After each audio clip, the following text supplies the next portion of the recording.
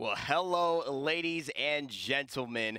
Welcome to the finals, the culmination of EVIE'S Winter Classic here. My name is Evan Rayner, or Rain Day, and of course, this is Nick Hio, high res, pretty hair. We'll be your casters for the action today. I didn't call you Slick Nick the Ruler today. No, not today. I did. Not yet. I'm letting Maybe that we'll catch on. If you guys want to do it, you could do it. But today, we got a lot more things to take a look at because this is the final. Like I said, the culmination, we've been working so hard for this. All of the players have been playing in the open bracket to face off against the big boys today, and that's exactly why you're here watching both on Twitch and on YouTube. And because you're watching, we want to give some things to you for this holiday season. We've already got giveaways going on in Paladins. You're getting free crystals and gold. But today, if you want to win 800 crystals, you can go ahead and enter the link that is in your Twitch chat. All you have to do is type !giveaway, and that will bring up the link for everybody to use. You don't have to type it anymore about that, and you just click on that link and enter your info. And on YouTube, you just can't do that. You have to go and take the link and put it in your browser. It's very complicated, Nick. It's a lot of work. I'm out. But if you can manage it, Nick, don't wait. We'll work through this, buddy. We'll get it going. And you put that in your browser and you enter it there. So you got to copy paste on YouTube, and you can actually go and click it directly there on Twitch. But besides that, guys, not only are we giving things actively away, passively. More free stuff? Just by what? More free stuff. Just by watching, you are going to be able to gain loot. That's right. If you link your high-res and Twitch accounts to watch the EVIE'S Winter Classic, you will have a chance to receive in-game Paladins rewards. This is a great opportunity for you to head to highresstudios.com/link and make sure that you are set up for the future for these events so that just by watching and supporting high-res and Paladins esports, you, the viewer, are rewarded as well. So that's going to do it for all the free stuff today. We're going to go ahead and get into the brackets and break down just what we're going to be watching exactly here today while you're off linking your account.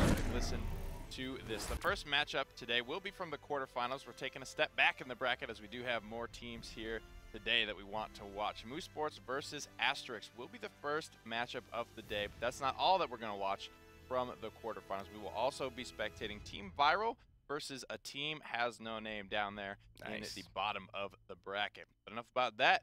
Let's head over to the map screen to see where this first series will unfold. Beautiful. Here, Timber Mill being banned out, as well as Frog Isle, and Moosesports versus Asterix will take their first game on Serpent Beach. The new visual update added to that map, making it more of a night theme. This is going to be a great one to watch. And, man, I'm excited to get this action rolling, Nick. I'm sure everyone is waiting with bated breath to see exactly how this weekend turns out. Yep, so Moosesports going to be one of the, I believe they came in second in EU for the open bracket. Asterix narrowly made the cut, as we did take 5 teams from the open bracket as opposed to 4, because we had one of our EU Champion Circuit teams disband, unable to retain that majority 3 out of 5 of their roster. That's right, and as we've seen so typically yesterday when you and myself were casting ESL with Fox Tempest, you see EVIE selected as the first pick for Moosesports, a highly valued blaster, providing the AoE damage and so much mobility. But on the side of Asterix, they counter with double tanks. They do, snagging that Fernando Makoa early. I'd like to see the response with the Drogos on Moosesports. That was a pick that was doing very well for itself yesterday. Barrick, I believe in one of the compositions that Barrick was played against Fernando Makoa did okay.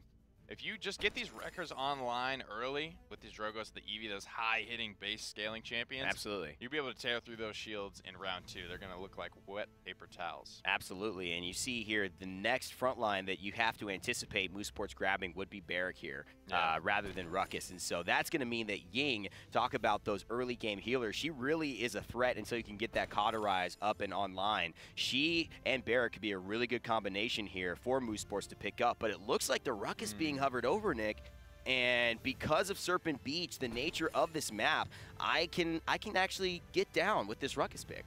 Yeah, maybe it's a little vulnerable for me, depending on how Asterix play this. Very easily hooked target. Fernando can kind of hold down the point. When you have 2 strong frontliners like Asterix do, it gives the freedom to kind of run around the map. One of them can hold down the point, and the other frontliner has such a strong presence in the team fight, controlling the space around the front. And there's so many good places for Buck as well. We mentioned him, the last flanker to be picked up, the high health pool, kind of very mobile, damaging flank route, and he has a lot of areas to move around here.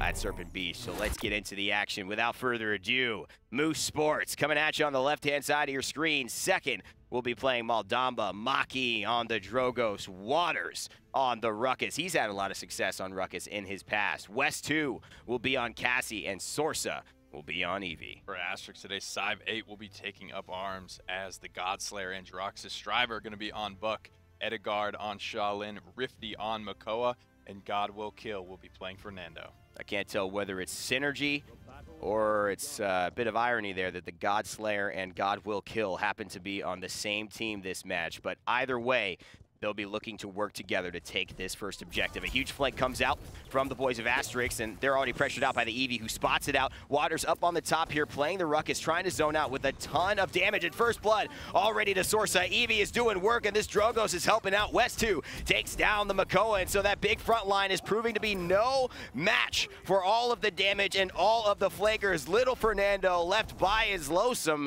is not going to be enough to compete against this threat. Great positioning coming out from Waters there on the Ruckus. He took to the high ground immediately. He stayed away from the Makoa hook for a time. He did get hooked off of the high ground, but it gave his team time to buy picks. They shoot through the shields a little bit from the high ground. It was overall really good, playing to Ruckus' strength and not getting in too close too quickly against this strong double front line coming out of Asterix. Speaking of strong double front lines, Makoa looking to apply some pressure but gets juked out by the Eevee, but her time could be at an end. It doesn't matter because her time has been well valued and well used. That gives the capture objective to Moosesports after there is almost zero contest coming out from the side of Asterix, and Waters continues to be healed by the Maldamba and stay alive. A nice emitter, nice. What a bait.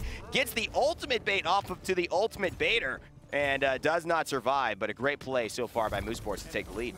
Stun, not going to come out there. Cyb 8 going to pick up second before he's able to get that done. Fire spit pressure has been pretty big so far. They're forced to kind of clump up Fernando and Makoa, so they're always taking that constant, ever-present 1,000 damage. Great poke coming out from Sorsa as well, just trying to buy time, maybe get a nice pick or two before his respawns come back through. Buck getting a little bit caught out. Waters gonna be able to punish him for that one. No one really wants to win. That is what I'm scared of, though. The planted against the Ruckus. He needs to be careful about when he uses his repulsor field combo. That is going to be his main way of surviving through that onslaught from Shaolin. And the way Waters is playing, he's so advanced in terms of his position, pun intended, that he's actually not near that objective, which is going to give him the opportunity to mitigate that damage. So the way he's been playing now, more of a flanking Ruckus, providing so much pressure, and as the game goes on, those Havens will start to make an impact, as well as those Wreckers on that shield of his as emitter now, giving him health and giving him so much survivability. But you know who can't survive? That's Cyb 8 after the pressure from Sorsa. A nice dodge roll from Cassie. She's looking to find the Shaolin. He pops the Heat Haze,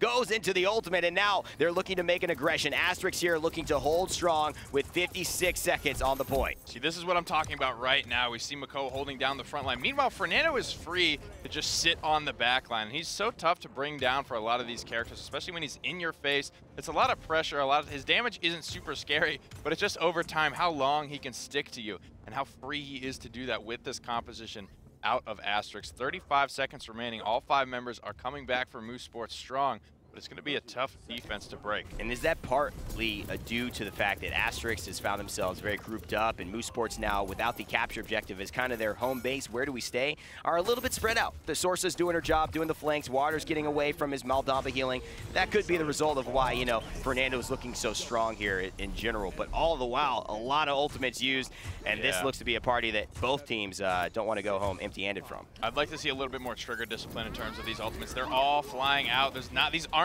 great fights. There are a lot of picks that have already happened. Both the offense and the defense have looking like they can hold this as a defense. I wouldn't pop this. It doesn't look very promising. They're laying everything on the table right now. They're really wanting to commit for this. And they did. They got one. That was a Ruckus Hexifier, and you know what? That could have been very helpful next point, but now that is going to be completely wasted, as Nick was mentioning so appropriately. All of these key resources used, and there's zero payoff.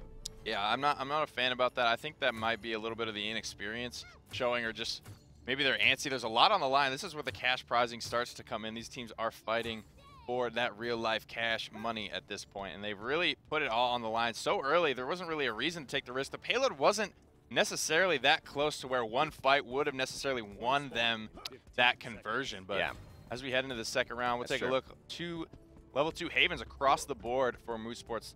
made it a pretty easy decision as all of Asterix is direct damage based. A little bit more variation on the side of Asterix. We see 3 cauterized ones, a record 2 on Rifty, and 2 master ridings, 1 for the Shaolin and 1 for the Fernando. That's huge, too, as well. It does open up Cybate's Accursed Arm to do some work. You think about these 2,000 health champions. You talk about Sorsa, 2 shots from the Accursed Arm. That's going to kill her. But now, if she would have had blast shields, it would have saved. She would have been able to save her life there, only mitigating it to 1,600, excuse me. But so many ultimates here. The Accursed Arm doing work itself. Second gets slayed by Cyb8, the young Androxus player. But Cyb8 finds his death thanks to Maki. And Sorsa, West2, and Waters are doing that familiar thing right now, putting Asterix under too much pressure. Double kill for Waters, heading back to the point. Only 21% captured in the meantime for Asterix, now north of 30. Moosesports have the Eevee. They have Sorsa to move out and zone, get all these characters dismounted, these master ridings.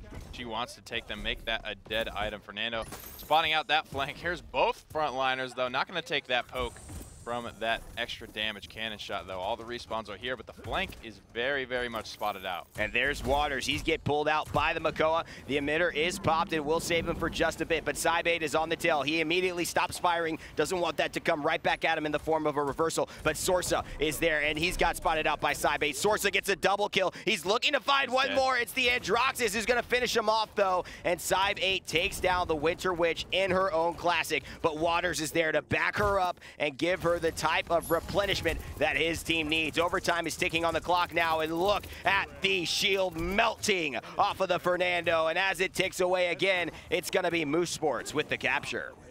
Moving forward now, almost has the Hexafire charged.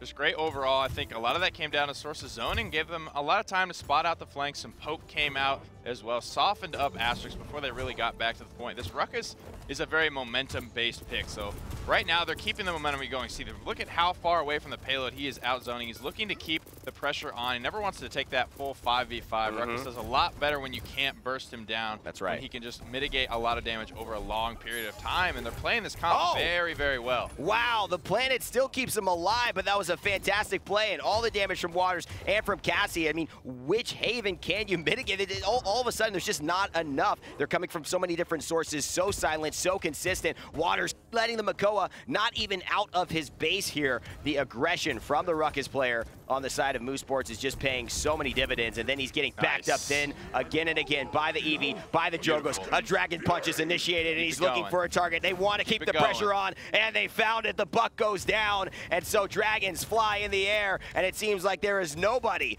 who can clip their wings, and all of a sudden Asterix, with a bit of a bright light there, getting a kill onto second. This is a very momentum-based comp. Like we mentioned, Cyb8 realizes this. He wants to cut the fruit out of the tree, taking down that healer immediately, cutting off the sustain options for Moosesports, and just like that, all of their momentum comes to a grinding halt. And that's going to be important now because there's still a minute on the clock, and because they pushed so far, this time is something they don't have to rush. They know they just need one nice play. They can poke for 30 seconds or so before they make their strong push. Heck, they can poke for 45 seconds if they want to, but it looks like it's going to come right away. The Ancient Rage is baited out, but guess what? Waters is going to help find nothing because him and his teammates will be pushed back thanks to the Ancient Rage from Makoa. Second and West2 will go down. And like I said, with 30 seconds still on the clock, they have the potential to re-aggress and poke and give some time for their teammates to get back in this fight. Dragon Punch is already online, and here it's going to come through. Already 2 picks in this fight. Fernando Immortal is going to be forced out. It's buying the time it needs, though. That was a very high-value Immortal right there. Those 4 seconds are going to be clutch. The fire spits are big, though. That could be enough to clean up Fernando, and it will be. 7 seconds remain. Going to buy some time with reversal, and the reinforcements are starting to arrive. Can the hook do enough? He gets one, but he can't finish him off. Cyb8 goes down, and Sorsa slays Eddyguard, and so Rifty falls to the Dragon. He gets the better end of that trade, and it's overtime, and this means so much. Sorsa goes on zoning duty and leaves Ruckus and the rest of the band to finish things up for this final potential push. They want it. They need to go 3-1 up here. It gives them such a huge advantage. A double kill from Ruckus. He's looking for a triple. He got it. Can he get the quadra kill? Waters going in. West2 takes the last one, but Moosesports go up altogether 3-1 in this contest. Ruckus winning against Fernando and Makoa. Did you ever think you'd see the day? I don't think no, absolutely not. To be fair, Moosesports is playing this very expertly. We keep saying momentum, but that is really the name of the game here. You cannot allow this push to get stopped to a halt, you need something like a Dragon Punch to get it going again. But once you see the Ruckus, once it gets rolling there, the constant pressure, these tanks are poked out almost to half HP there. You can see 70,000 damage. Wow. He's keeping up with the Drogos. Maki's hitting multi-target fire spits every single time, and this Ruckus is keeping up. So good on them to keep that momentum high. Drogos is dead, Nick. We all know that. You're right. So it's really just, that's fake stats right there. We need to send a bug report again because Drogos is somehow still performing at a high level on these maps. And just that fire spit, it's so damaging. You can expect to see one here. The shields are still up, so he might be biding his time and waiting for the perfect moment. And there it is. Cleared out. So much damage. They knew that was coming, and look at how much spread that has. That wasn't an ultimate. That was a right click and a left click from one champion that forced all of that aggression. Nice shots by Maki, and he is playing his champion to perfection here. The Dragon is truly ruling the skies. So Asterix really just kind of predictably walked almost all 5 members onto the point there. Their shields get chewed through and almost immediately. Like we said, those record 2s, when those get online, it's not going to be good for these shields. Hexafire absolutely ripping through Shell Shield right now, but it will stop there. The rest of Asterix has turned their sights to the point, but for what? Maki with a double, Maki with a triple. Ruckus hits a Hexafire up on top, and Sorsa slays Striver at the end. Overtime ticking away, but this turtle ain't gonna be able to do nothing about that, and that's gonna be the game. Moosesports clean that one up real quick and give themselves a 1-0 advantage in this set. Unbelievable plays. 42-5. Man. Waters on the record. What a player, man. 2,300 Yeah, he's credits. good, man. The highest by far in this game. 400 above his Cassie Westo. Sneaking in 1910 there, 70,000 damage. Just so much damage. I feel like there's no mitigation tracking stat for Waters, but he was able to mitigate a ton. Almost as much, rivaling Makoa even. That's pretty impressive. Waters, we've seen him not only on this Ruckus, but, on Shaolin's. We've seen him on different champions on Grok. Waters definitely making a name for himself here, pulling out these different champions, having a diversity in his champion pool, and really showing that he is a valuable asset to this team. Ruckus solo tanking against Makoa and Fernando. Never thought we'd see the day. Let's go over to the maps and see exactly where we'll be playing in this second game. And a quick reminder, this is best of 3, Nick, so that means this could be it. This could be it. Moose go up 1-0 on Serpent Beach. Critically acclaimed favorite map of the competitive scene. Jaguar Falls going to be next up, receiving that visual update on the PTS, which is now live. After this, you should go hang out, play. I'm sure Evan and I will be on there later today, but for now, we've got more competition to be seen. We're going to head into the champion draft and see what Asterix can do to respond here. If they can do anything, that was a dominating performance and a definite draft. They didn't think they would be outpicked and outplayed, I think, as a result of that draft. It just doesn't look on paper as if it's that amazing, yet they played to such an incredible strength with that I think this meta is seeing a bit of a shift here. And I don't know. It's going to be the team who can really adapt best that's going to dominate. Things are different now. Nice adaptation already, though, man. Fernando is picked up, but instead of Makoa, they take the Eevee away from Sorsa on Moosesports. Yep, Moosesports have the chance to take the Androxus away from Cybe 8, who we know loves to play that. They're taking their time with these. Going to grab the Makoa. That's going to be a smart pickup. I'd like to see the Androxus taken away from Cybe 8 personally, but it will be the Drogos. I mean, if it ain't broke, don't fix it. Definitely the case there, leading the damage charts by a mile. So much point pressure. Asterix now have the chance to respond. Androxus is a great pick up to this Drogos, but I don't know. What else can they bring to the table? They're going to be the Maldamba picked up 4th. And this could force another Ruckus. I think Shaolin is a potential here to get some Haven damage with Cassie, but he's okay on this map. He's not amazing. The Ying looks to be what they're going for here, hovering over the healer with the mobility, obviously the illusions, the clones that she can deploy and shatter. And Buck actually picked up for Moosesports. So they head away from the Ruckus, and it does leave open the Bomb King for Asterix. So maybe feeling they didn't have as much point pressure as they wanted. Those Grumpy Bombs, that King Bomb, looking to threaten Moosesports, just kind of sitting on that point. Yeah, Shaolin could have been potentially another good answer, especially to Buck.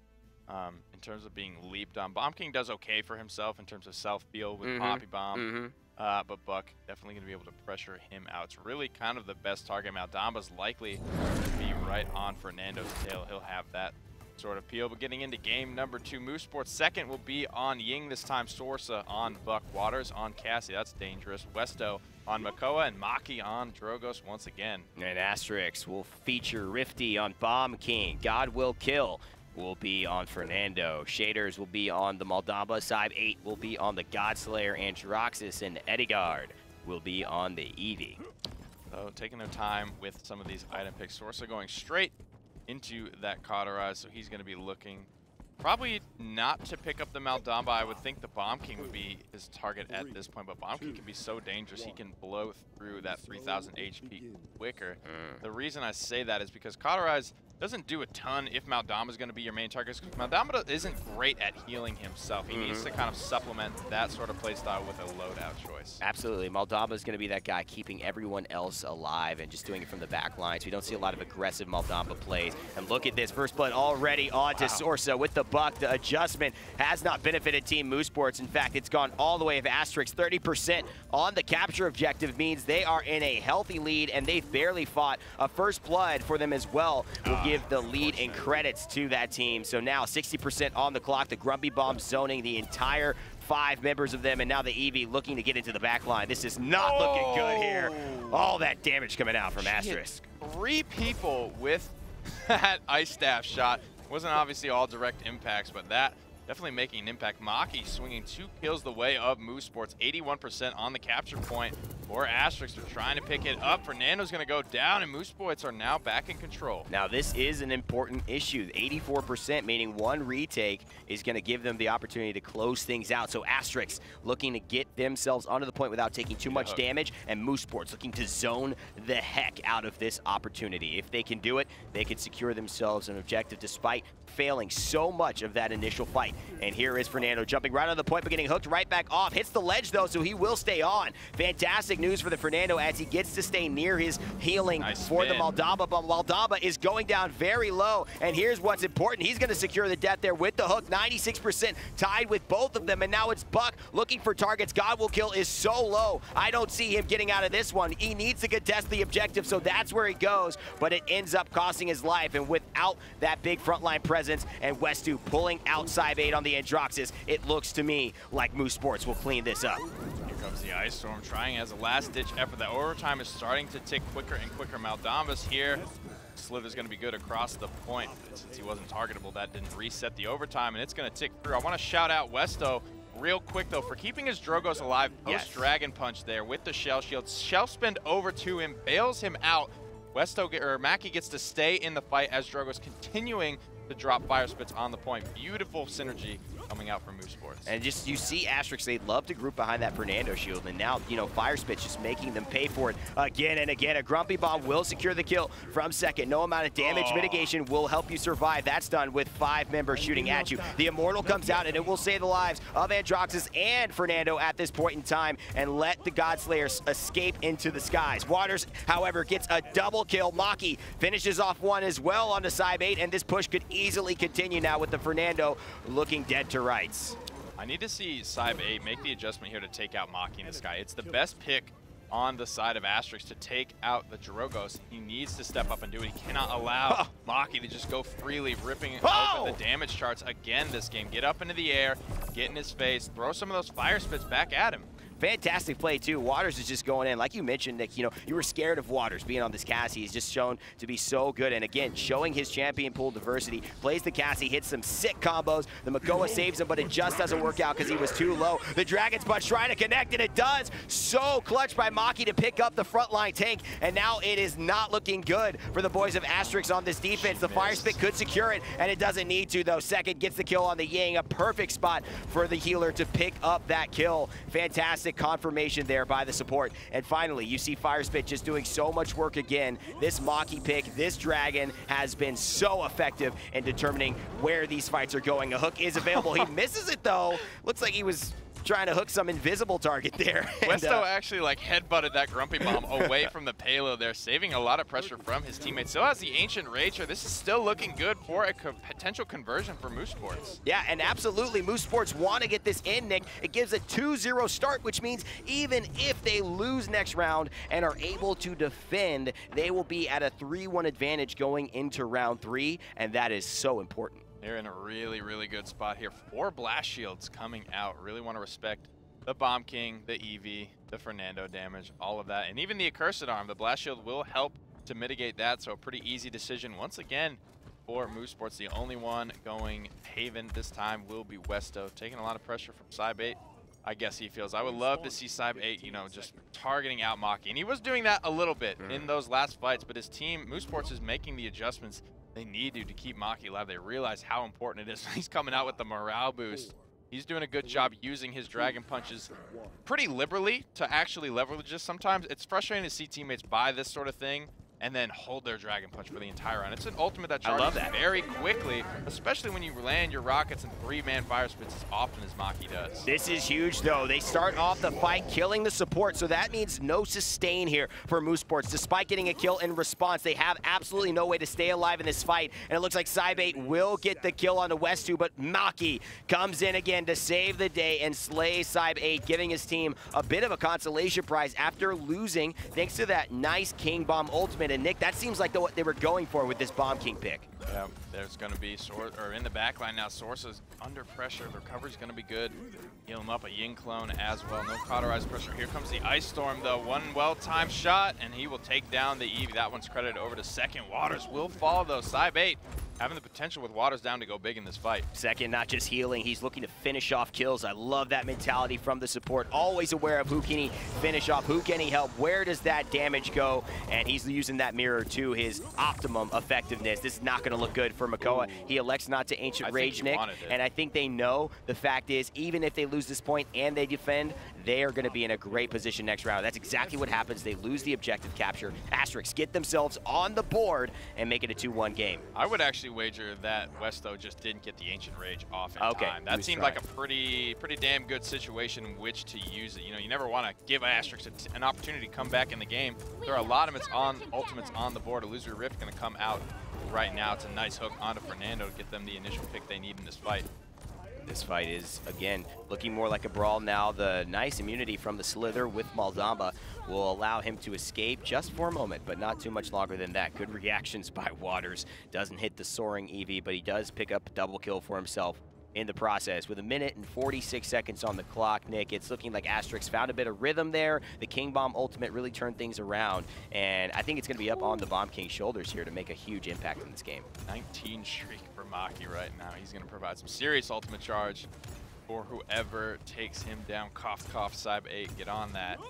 Dragon Punch is going to be available as well. Here comes the Grumpy Bomb out to stun. No picks as of yet. Both teams are still feeling each other out. Look at this, though. Sorsa coming in from behind. Him and Waters doing the double flank here. This could be a lot of damage. Waters misses 2 after the disengage. Not what he wanted to see. Buckwild's available, but who will get the finishing kill? Sorsa and God Will Kill go down, but finally, God Will Kill takes down Sorsa with the damage over time. That extra 100 health he just didn't have to survive that.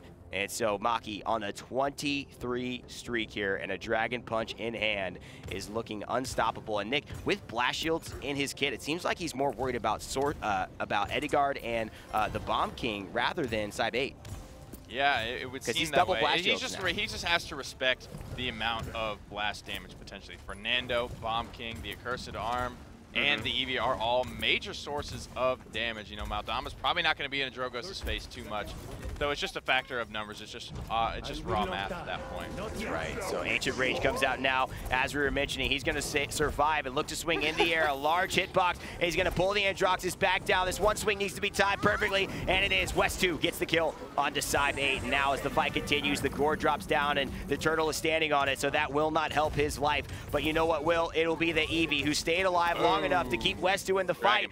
But Maki has been uncontested this entire time. Dragon Punch doesn't seem to be needed here, as he's helped to clean everybody up in this fight. Fire Spit should do it, and that will eliminate God Will Kill. And as we anticipated, 3-1 is the scoreline after a successful defense. Game potentially over for Moosesports if they win this one.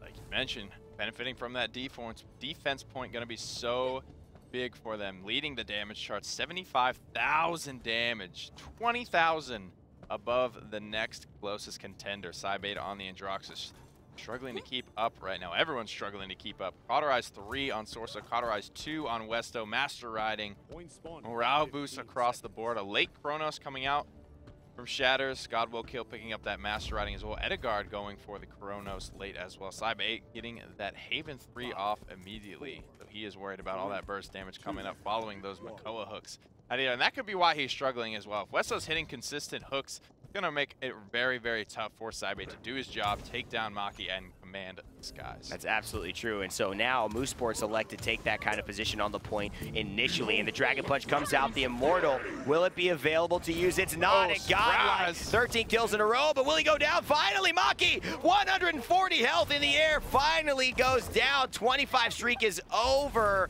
And this is actually a big deal because Cybe 8 got all of that. And now he's back to base without a chance to use all of that extra ultimate charge in this crucial, possibly end fight, ultimate, end of the game point fight. And so that ultimate not available yet, but it is 100% charged, Nick, thanks to that credit score. And Maki getting the kill again. Doesn't matter if you take him down once, he's coming back for you.